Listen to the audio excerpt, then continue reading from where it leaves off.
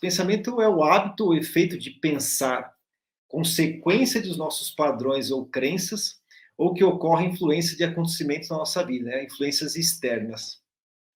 E consciência, o conjunto de informações, padrões ou crenças que formam a nossa essência, né? A nossa estrutura. E então os pensamentos também surgem, né? E também acontecem de influências externas. E se essa influência for negativa, é que eu não estou atento efetivamente e não me percebo ser influenciado nesse processo. Por exemplo, aqui falando de fake news, essas mentiras aí que são jogadas na internet, WhatsApp, enfim. E as pessoas assumem aquilo como verdade e passam a ter novos hábitos e comportamentos. Aliás, vamos lá, né? Quem já não assumiu uma verdade de uma mensagem recebida sem ao menos ter que consultar a veracidade daquela informação, a fonte de onde veio, né? E passou a acreditar naquilo, se comportar ou defender aquilo, né? Ou se você já presenciou pessoas a mudarem seus hábitos, tornando-se até agressivas por assumirem tal verdade.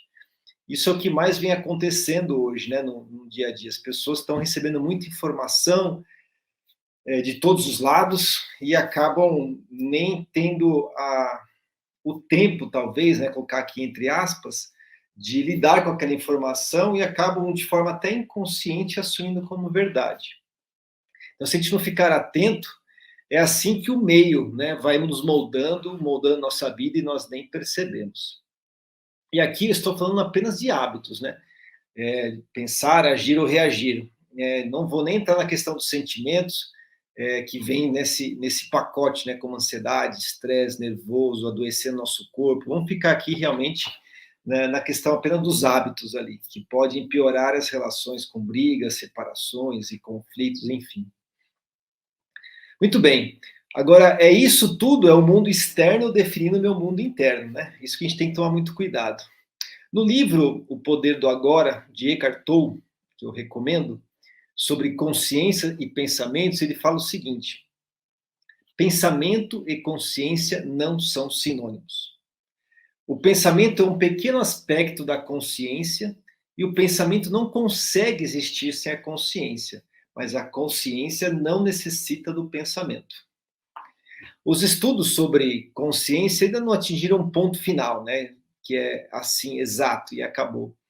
Então, essa linha de fala de Eckhart Tolle, ele não é uma linha muito clara para todo mundo. E tem vários estudos que direcionam nesse sentido, né? Ou que falam algo diferente, mas a consciência é resultante de experiências, constituindo de forma diferente entre indivíduos, a ponto de gerarem distintas consciências sobre os mesmos temas. Esse é um ponto tão interessante, porque quando você tem, por exemplo, os filhos educados numa mesma, né, com o mesmo pai e mesma mãe, ou enfim, pais, avós, não importa. Então ali na mesma casa recebendo a mesma educação e às vezes eles vivem experiências tão diferentes que a interpretação, a forma que eles vão construindo sua personalidade acabam sendo muito distintas uma da outra, né? Então olha como a experiência muda a informação que você recebe, né? E é isso que a gente vai vivendo ao longo da vida. Uma outra situação, a suposta natureza subjetiva da consciência continua a criar problemas para o estudo científico, né? Resultando em diversidade na comunidade acadêmica sobre a natureza da consciência. E vai gerar dificuldade mesmo, porque esse exemplo que eu citei dos irmãos, né, irmãos, irmãs, os estudos hoje acadêmicos se restringem muito às questões da matéria. E fica difícil interpretar, por exemplo, crianças com dons e comportamentos tão específicos desde pequeno. Eu estava conversando com uma pessoa que acho que aqui fez a filmagem aqui das minhas aulas, né? E eu estava falando sobre a questão do vegetarianismo, né? As pessoas que optam por não comer carne, enfim, nada de origem animal. E tem crianças que começam desde cedo, né, com essa dificuldade com a carne, depois até expressando. Tem vários vídeos que mostram isso, né? Falando que não vou comer carne por isso e por aquilo, né? Da onde vêm essas informações, né? Então, até pela origem do método Jornada Trinos, que aí talvez as pessoas precisam ter essa crença, né, que você tem outras vidas. O método Jornada Vidas, ele é uma consciência de uma outra dimensão, que, como eu disse lá, logo no início, ele vem canalizado por essa outra consciência, que é um ser estelar. Então, da onde vêm essas crianças com tantas informações, com tantas opiniões desde pequeno, né? Enfim, aqui é uma conversa que não teria fim, e por isso que é tão difícil a gente poder concluir só com informações que envolvem a matéria e desconsiderar tantas outras. Mas o fato é, há inúmeras abordagens feitas em relação à consciência, incluindo a abordagem a partir de uma estrutura matemática. A visão racional, né, o relacional das consciências, comparando a uma relação a outra, da mesma categoria. A natureza relacional da consciência parece ser uma das suas características fundamentais.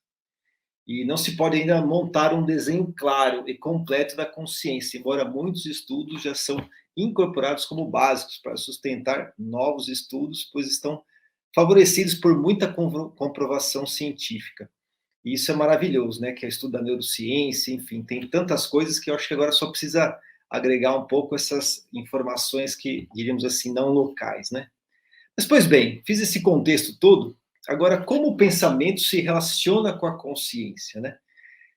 A consciência, ela forma conceitos, crenças, conjuntos de fatores que acabam se transformando em matéria e trabalho para a mente. Nesse ponto, ajuda a tomar decisões, a fazer escolhas e mesmo a ponderar sobre novidades que chegam à consciência como sugestões, curiosidades, conceitos inéditos para a base de conhecimentos e por aí vai, né? E aí que o pensamento entra para pesar, né, as novidades e alinhá-las ou não à consciência. Enfim, fazer um exercício mesmo crítico de valor logo depois da consciência ser impactada por tal novidade, por tal influência, enfim. Mas só o pensamento não é suficiente, pois vem misturado de crenças e valores. Quanto ao pensamento, você junta estudos, experiências, começa a ter na matéria que se consolida a consciência. É um consequência do outro e um alimentando o outro, na verdade. Por isso que nós falamos que não é sinônimo, né? Esta constatação traz uma outra de enorme potencial, que a consciência pode evoluir para outros níveis. Salto de consciência, né? Níveis de vibração, saindo de uma consciência de terceira, quarta para quinta dimensão, que não tem nada a ver com espaço físico, né?